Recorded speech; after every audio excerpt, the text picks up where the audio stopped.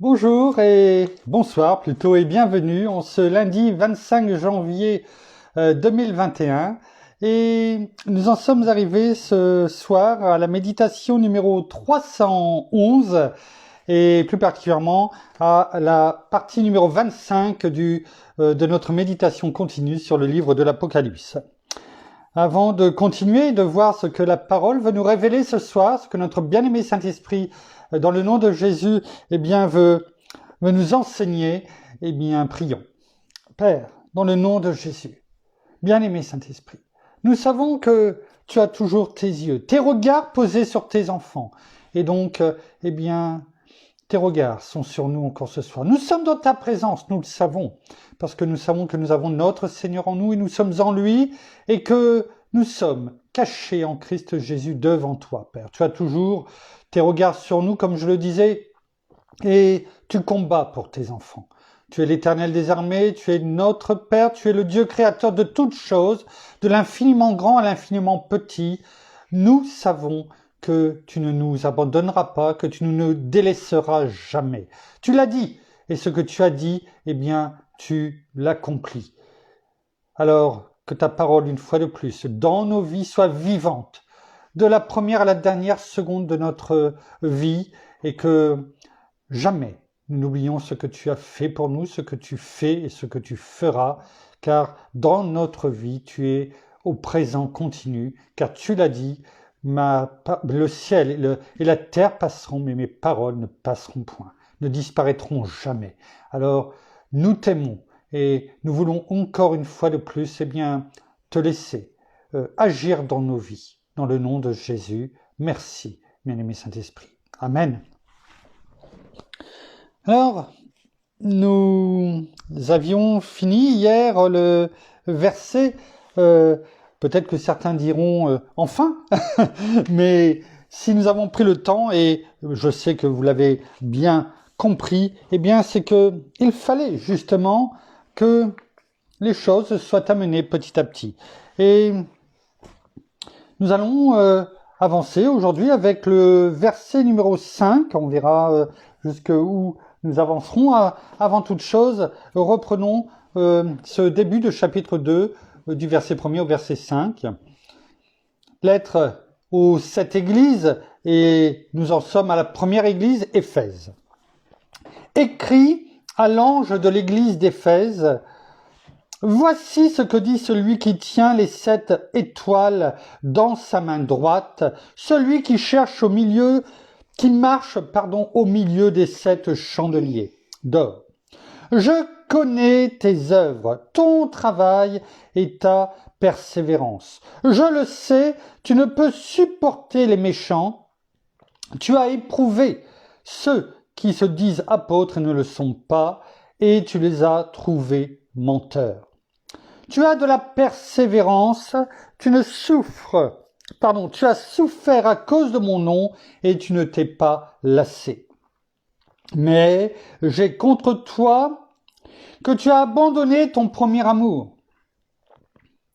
Verset 5.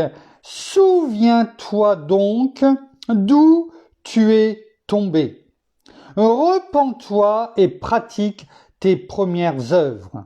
Sinon, je viendrai à toi et j'écarterai ton chandelier de sa place, à moins que tu ne te repentes. Le verset 5 est plus long que ce verset 4 que nous avons étudié. Cela ne veut pas forcément dire que nous allons passer 2 fois, voire 3 fois, 4 fois, parce qu'il est bien plus long que celui que nous avions fait le temps passé au verset 4, mais nous prendrons le temps qu'il faut. Et après avoir eu ces reproches divins au verset 4,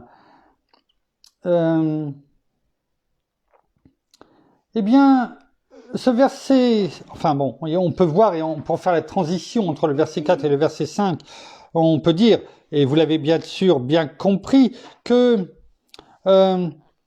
l'église d'Éphèse, et au-delà de l'église d'Éphèse, c'est tellement facile de dire, oh là, tu as fait ça, église d'Éphèse, oh que ce n'est pas beau. N'oublions pas que ce qui est dit à l'église d'Éphèse, c'est pour, oui, une église de d'une période de l'histoire, mais chaque église qui a existé non seulement à Éphèse, dans une partie de l'histoire, et nous le verrons lorsque nous ferons le résumé de l'église d'Éphèse, mais c'est également encore un message qui est pour nous aujourd'hui, à notre temps. Hein. Donc tout ce que nous avons vu, c'est pour nous également. Et nous avons pu voir que l'église d'Éphèse, au travers de ce reproche divin que notre Seigneur a fait, eh bien, n'avait pas simplement, abandonné pour un temps son premier amour, mais l'avait quitté. Hein, on l'avait bien compris. Alors, ce verset 5 commence par « Souviens-toi donc ». Et on comprend maintenant, après avoir passé ce temps d'explication dans le verset 4, il l'a quitté. L'église d'Éphèse, en tout cas ceux qui ont abandonné leur premier amour, l'ont quitté. Et c'est pourquoi notre Seigneur commence ce verset 5 par « Souviens-toi donc ». Souviens-toi donc. C'est-à-dire, rappelle-toi. Alors, on va essayer de s'organiser. On le fait en direct, hein, c'est ça les aléas du direct. On le fait, on n'essaye pas de se faire passer pour quelqu'un d'autre. Hein. Souviens-toi donc. C'est-à-dire, rappelle-toi d'où tu es tombé. Rappelle-toi. Souviens-toi. Sous-entendu, pleure quelque part sur ces bonnes choses qui étaient avant le verset 4. Tous ces compliments que je t'ai faits, parce que tu étais sur le bon chemin de la plénitude divine qui a été mise en moi par notre Père. Hein, la parole, on l'a vu, on l'a déjà médité celui-ci, parce qu'il a plu à notre Père de mettre sa divinité, hein, sa plénitude divine en Christ Jésus. Et lorsque l'on est, je dirais, dans sa plénitude, tout comme il l'a décrit dans le verset 2 et le verset 3, eh bien,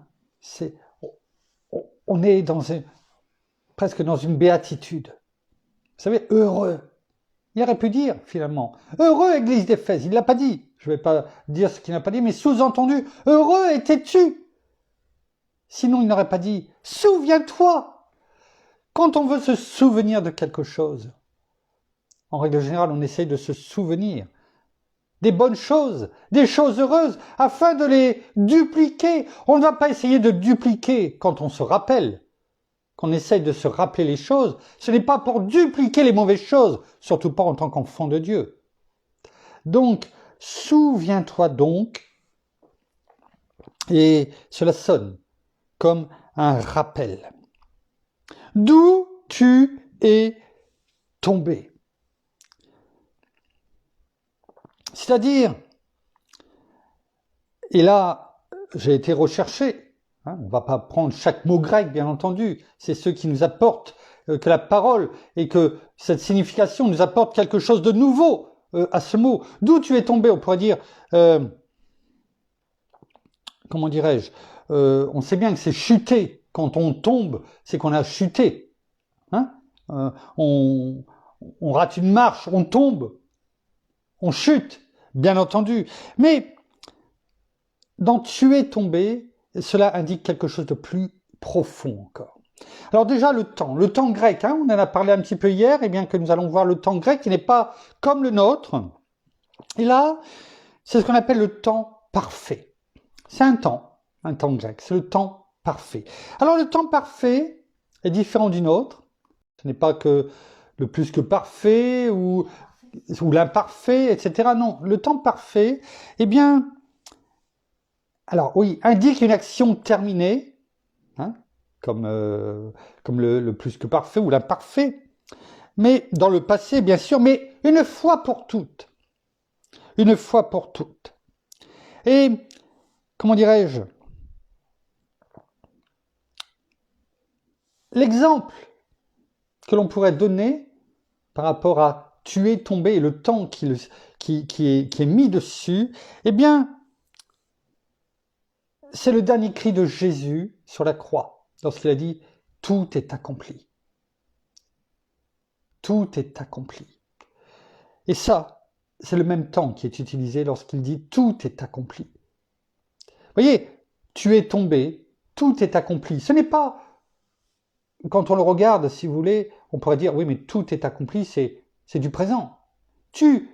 Comment dirais-je, tu es tombé, c'est du présent. On pourrait dire, oui, c'est le présent, donc voilà, point final. C'est beaucoup plus profond que cela. C'est-à-dire que c'est terminé. On ne revient, voilà, c'est une fois pour toutes. On ne revient pas dessus. Tout est accompli. Et lorsque notre Seigneur a dit cela sur la croix à notre Père, cela voulait dire aussi, bien Père, ce pourquoi je suis venu, ce pourquoi tu m'as envoyé sur la terre, j'ai fait ta volonté, de A à Z. Tout ce qui avait été prévu dès avant la fondation du monde, ce pourquoi tu m'as envoyé, a été réalisé.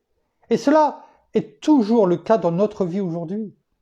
On n'a pas à revenir dessus. La preuve, notre Seigneur ne va pas revenir pour accomplir autre chose, pour que nous repartions pour 2000 ans, 3000 ans, j'en sais rien. Mais il va revenir pour chercher son épouse, son Église.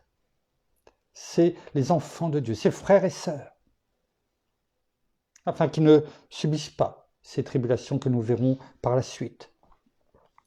Donc il a bien accompli la chose. Et ce temps qui est utilisé pour tout est accompli, c'est le même temps que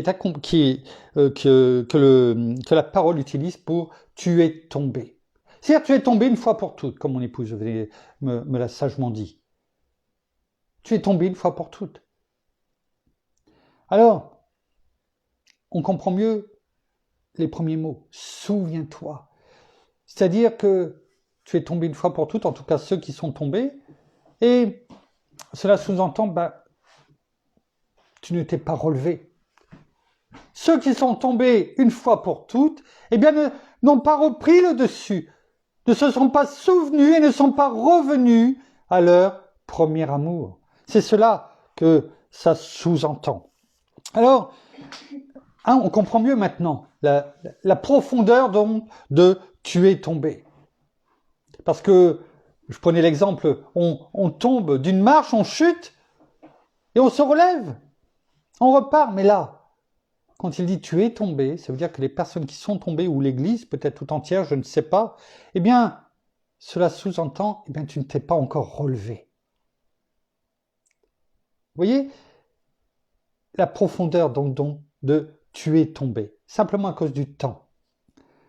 C'est pour ça qu'il est bon de prendre le temps également, si je puis m'exprimer ainsi, de comprendre les choses. Parce que ça nous parle à nous aussi aujourd'hui. C'est-à-dire que tu n'as pas été recherché, tu n'es pas encore revenu à ton premier amour. C'est cela que ça veut dire. Et c'est pourquoi il dit « Souviens-toi ». Souviens-toi. Tu es tombé, vient du grec « ekpipto ». Je ne sais pas si je prononce bien, mais enfin, on peut aller le rechercher. Tu es tombé, vient tomber du grec ekpipto, qui veut dire, bien sûr, tomber, chuter, mais aussi échouer. C'est-à-dire que tu as échoué à ce que je t'avais dit de conserver, de garder. Mais aussi périr. Être déchu, c'est-à-dire tomber, c'est ça être déchu. Tomber, déchoir. Vous voyez, ça va bien plus loin, c'est bien plus profond que cela. On va prendre 2 exemples pour bien comprendre, comment dirais-je, la profondeur de ce mot, notamment dans Actes chapitre 12, verset 7. Et là, c'est lorsque Pierre était emprisonné et dans les geôles romaines et il attendait finalement sa condamnation et sa mort. C'est ce qui devait arriver le lendemain. Les Juifs avaient fait tout le forcing pour l'enfermer, ce qui avait été le cas. Et là, bien sûr, eh bien, malgré toutes les chaînes qui étaient les siennes, eh bien, un ange est apparu. Et il est écrit « Et voici qu'un ange du Seigneur survint, et qu'une lumière brilla dans la cellule. L'ange réveilla Pierre, Ah, je pense que vous vous rappelez du passage. Hein? En le frappant, et pendant ce temps-là, l'église priait en dehors. L'ange réveilla Pierre en le frappant au côté. Cela ne s'est pas fait doucement. La parole dit, en le frappant. Quand on frappe quelque chose ou quelqu'un, en règle générale, on s'en souvient et cela ne fait pas forcément du bien. Et peut-être qu'il y avait besoin de le frapper pour qu'il se réveille. Cela sous-entend quoi? Est-ce que si on vous met dans une prison avec des chaînes, et ce n'est pas une prison 4 étoiles comme il y a aujourd'hui, malheureusement, pour Pierre, mais l'ange a dû le frapper pour le réveiller. Ça veut dire qu'il était en paix. Pierre était en paix. Il savait que l'Église priait pour lui. Il savait que, quoi qu'il arrive, Dieu, notre Seigneur Jésus, eh bien, avait ses regards sur lui. Et il était en paix. Dans un endroit qui n'était pas avec un lit, du carrelage, la télévision. Il devait y avoir des petites bêtes, des rats qui traînaient dans le coin. Et il dormait en paix. Parce que l'ange a dû le frapper au côté. Puis il dit, pas Pierre mais l'ange, lève-toi promptement, c'est-à-dire dépêche-toi, vite. Et qu'est-ce qui s'est passé? Les chaînes tombèrent ekpipto de ses mains. Tombèrent. C'est le même sens dont tu es tombé. Est-ce que Pierre a repris les chaînes, les a remises, à ses poignets? Non, elles tombèrent. Elles sont tombées une fois pour toutes. L'ange est intervenu et il a fait tomber les chaînes une fois pour toutes. Tout comme lorsque nous sommes venus à notre Seigneur et que nous avons entendu les chaînes tomber parce que nous avons été délivrés des ténèbres en passant au royaume de la lumière. Ekpipto, c'est le même sens. Le mot est fort. Tu es tombé. Un autre exemple qui se trouve dans 2 Pierre. Il est important de voir la puissance des mots. Vous savez,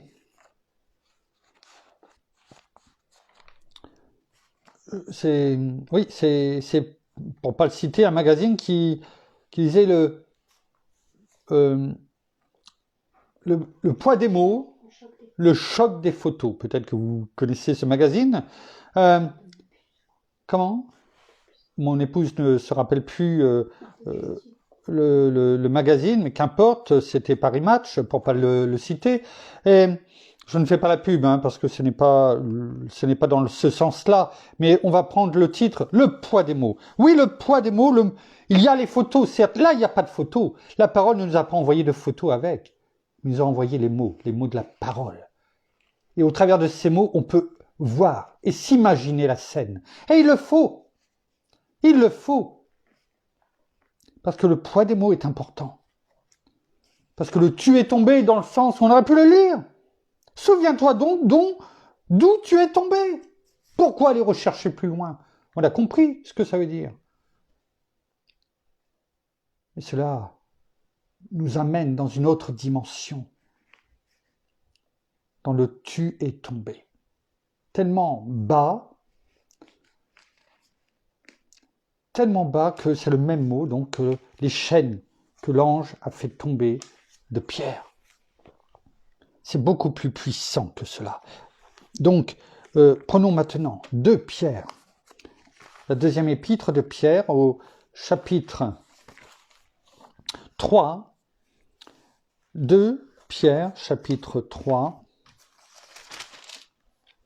verset 17. 2 Pierre, chapitre 3, verset 17.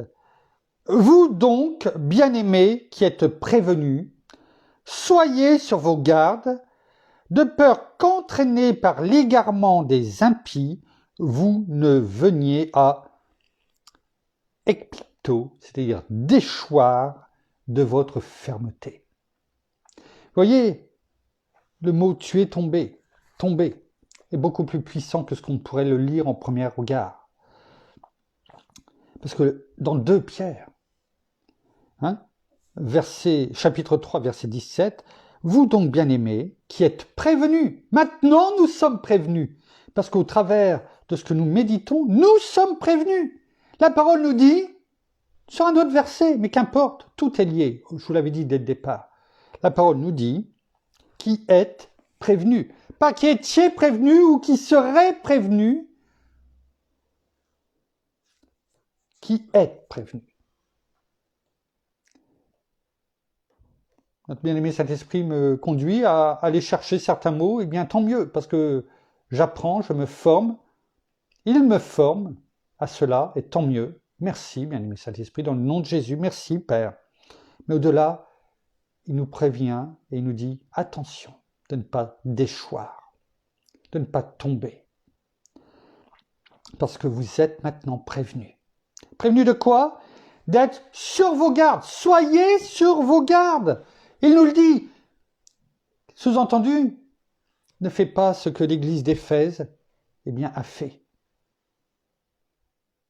Ne te laisse pas avoir, sois sur tes gardes. Eux, peut-être, qu'ils n'avaient peut-être pas tout ce que tu as aujourd'hui.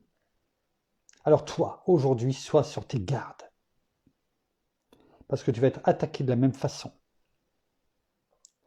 De façon différente. Certes, avec le contexte que nous sommes, dans lequel nous vivons aujourd'hui, mais qui est peut-être encore plus vicieux, plus pernicieux. Sois sur tes gardes. De peur qu'entraîné par l'égarement des impies. C'est-à-dire que la parole nous dit, tout comme l'église d'Éphèse, parce que c'est ce qui est arrivé, on le verra demain, après-demain, je ne sais pas, que tu sois égaré. Par qui? Par les impies. Par les impies. C'est-à-dire, sous-entendu, ceux qui ont des fausses doctrines, qui soient quelquefois, comme je le disais tout à l'heure, vicieuses. On ne les voit pas forcément. Vous savez, cette parole, la parole que l'on plie, parce qu'elle nous fait du bien, parce qu'elle va dans notre sens, parce que l'on prend certains versets, on les tord pour qu'ils soient doux à notre palais. Oui, c'est ça. Qu'entraînés par l'égarement des impies. C'est-à-dire, ces impies qui se sont déjà égarés, bien sûr, sinon ils ne seraient pas impies, mais ils vont égarer. Tous comme c'est... Quelque part, on peut prendre cette image. Vous savez, quand Légion, ce démoniaque qui était rempli de légions, c'est-à-dire de tellement de démons, qui eux-mêmes, quand notre Seigneur est arrivé, on dit « Envoie-moi dans ces pourceaux, dans ces peut-être moutons, je ne sais plus. » Pourceaux, c'était ça. Et qu'est-ce qui s'est passé? Tous ces démons ont été se jeter de la falaise dans la mer. Et qu'est-ce qui s'est passé? Il y en a un qui s'est lancé, le deuxième a suivi, et tout le troupeau a suivi. Et c'est ça l'égarement des impies. Malheureusement, et nous pouvons le constater chaque jour de nos vies. Il y en a un qui s'égare, et un deuxième, il va égarer les autres, et ainsi de suite. Et après, finalement, les autres suivent le troupeau. Parce qu'ils se disent, il y en a tellement qui disent la même chose, c'est que ça doit être vrai. Celui-là, il est tout seul, ou ils sont tellement peu nombreux. Ils ne peuvent pas dire la vérité. Regarde tout cela. Autant de personnes ne peuvent pas se tromper. Et c'est même une méthode dans le marketing. Ouais. Tant de personnes ne peuvent mentir. C'est un élément marketing aujourd'hui. Je peux vous le garantir. Et ça emmène d'autres personnes à tomber. Vous l'avez tous entendu aujourd'hui. Mais ça ne peut pas être vrai. Parce que sinon on en aurait parlé à la télévision. Bien sûr. C'est vicieux. Tellement vicieux. Et la parole est là, tout comme ce que nous vivons aujourd'hui, pour nous ouvrir les yeux, pour nous retirer le voile, pour que nous ne soyons plus aveugles. Alors la parole, dans tous les domaines de notre vie, nous aiguille, nous conduit, nous prévient, comme c'est le cas ici, afin que nous ne tombions pas dans l'égarement des impies, tout comme finalement est tombée l'église d'Éphèse. Vous ne veniez à déchoir, ekpipto, le même mot, tomber, déchoir, vous voyez, c'est tomber de notre piédestal, celui où on croyait eh bien, qu'on était bien, qu'on était... Voilà, oh, on était de belles personnes, des enfants de Dieu. Oui, oh, regardez-moi. Sois humble. Sois peut-être le plus petit, mais tu seras élevé dans les cieux. Autrement, tu risques de déchoir de votre fermeté. Et pourtant, la parole nous le dit dans Éphésiens 6, versets 10 à 18, tellement de fois, tenez donc ferme. Et oui, peut-être qu'à un moment donné, on estime que nous n'avons plus besoin de notre armure. Nous n'avons plus besoin de nous revêtir de toutes les armes de Dieu. À quoi ça sert? On est enfant de Dieu. On connaît la parole. On l'entend chaque jour. On la médite. On la mastique. On n'a pas besoin. Dieu nous a dit, je ne te délaisserai pas ni ne t'abandonnerai. Donc, pourquoi se revêtir des armes de Dieu? On l'a fait une fois, 2 fois, 10 fois, 100 fois. À quoi ça sert de continuer? Elle est là. Elle fait partie de nous. Alors, on ne la dit pas une fois, une journée, 2 jours, 3 jours, et après, eh bien, on finit par s'égarer, tomber dans cet égarement des impies, de l'ennemi certes, mais quelquefois de nous-mêmes. Parce que bien souvent on dit l'ennemi, l'ennemi, l'ennemi, mais le pire de nos ennemis, c'est nous-mêmes, c'est notre chair, c'est ce qu'on écoute, c'est ce qu'on regarde. Et le cinéma, après qu'on finit par se faire, en se croyant plus beau que l'on est.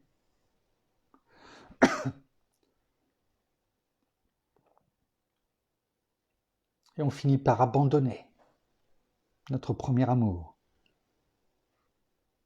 la parole. Ce que notre Père nous dit au travers de la parole de mettre en pratique chaque jour. Et on finit par ne plus prendre notre armure, nous en revêtir, de ne plus se revêtir du bouclier pour arrêter tous les traits enflammés du malin. On ne met plus le casque du salut, on ne prend plus l'épée de l'esprit qui est la parole de Dieu. Bien sûr que non. Et donc forcément on ne met plus les chaussures, les sandales, du zèle de l'évangile. Et on finit par ne plus parler de notre Seigneur, de notre Père, de notre bien-aimé Saint-Esprit, et donc on finit par ne plus témoigner. C'est tout cela, abandonner notre premier amour.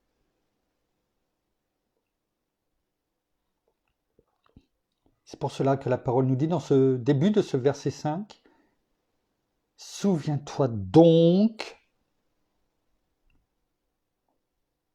d'où tu es tombé. » Voyez, sur ces 3 mots, tu es tombé, d'où tu es tombé, 4 mots.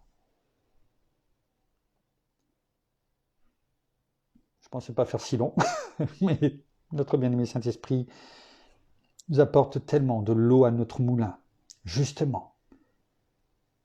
Alors demandons-lui que cette eau ne manque jamais, afin que la roue de notre moulin continue à tourner, afin de produire en nous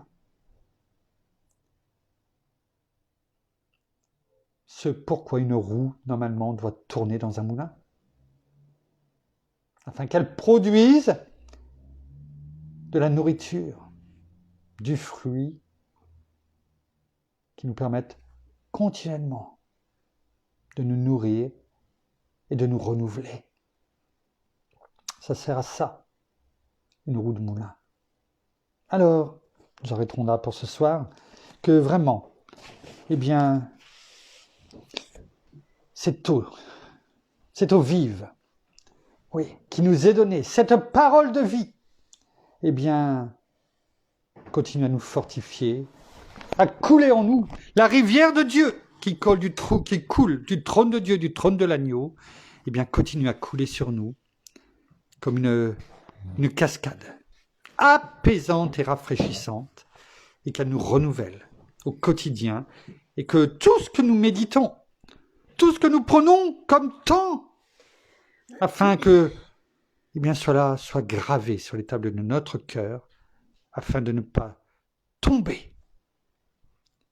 Car nous avons des exemples, et c'est cela que la parole nous donne, des exemples réels, afin de nous-mêmes ne pas les renouveler, et de marcher chaque jour davantage, et de se laisser conduire, tout en étant dans l'action, sur ce chemin de la sainteté. Merci Père, merci Seigneur, merci bien-aimé Saint-Esprit, pour tout ce que tu nous apportes au quotidien. Nous terminons par la prière. Oh, merci Seigneur, et bien encore pour ce moment de partage, merci encore pour cet enseignement, bien-aimé Saint-Esprit. Merci parce que tu nous apprends et tu te révèles à nous, Seigneur, par notre bien-aimé Saint-Esprit. Tu nous montres ce que tout est révélé dans la parole et simplement tu nous montres aussi notre vie, notre caractère et comment nous sommes. Cela nous permet aussi de voir à nous-mêmes et de se dire que chaque jour nous avons un chemin à mener avec toi et une bataille aussi à mener avec toi à nos côtés. Alors oui, merci pour tout ce que tu fais chaque jour dans nos vies. Alors oui, tu fais énormément de choses, mais nous avons aussi notre part à faire et nous avons ce que nous devons faire en tant qu'enfants. Tout simplement, au départ, eh bien, t'obéir, mais aussi chaque jour, eh bien, venir à toi, mais aussi vraiment non pas nous humilier, mais venir simplement aussi, eh bien, oui, c'est aussi pour nous humilier selon notre conduite, si, eh bien, les choses ne sont pas droites dans nos vies, si nous regardons aussi bien à droite qu'à gauche et que nous quittions ce chemin que tu as tracé devant nous, ce chemin d'intégrité, alors restons toujours fermes, restons toujours dans la foi, mais aussi restons droits et justes, aussi non seulement dans notre vie, mais aussi dans nos paroles et dans ce que nous devons faire, comment nous devons agir jour après jour. Alors oui, merci parce que tu nous enseignes et comme nous l'avons entendu, eh bien, tu nous renouvelles. Alors laissons-nous agir, que nous puissions te laisser agir non seulement dans nos vies, mais aussi nous renouveler jour après jour, afin que toutes nos pensées soient aussi renouvelées, mais aussi que nos paroles aussi soient des paroles aussi de bénédiction, des paroles aussi bienveillantes pour les uns et les autres. Sachons aussi encourager et ne pas décourager par nos paroles. Sachons simplement encourager, ne serait-ce par une parole, une action, un sourire, une main tendue. Alors merci de nous montrer, de te révéler chaque jour auprès de nous, afin que nous puissions grandir, afin que nous puissions marcher sur ce chemin de sanctification. Alors nous savons que tu es là et comme nous l'avons dit, eh bien nous avons aussi, nous, notre part à faire. Alors laissons-nous enseigner et laissons-nous renouveler jour après jour par la parole et par toi, bien-aimé Saint-Esprit. Alors soyez tous abondamment bénis dans le nom de notre Seigneur Jésus-Christ. Amen. Voilà, ainsi s'achève la méditation de ce soir.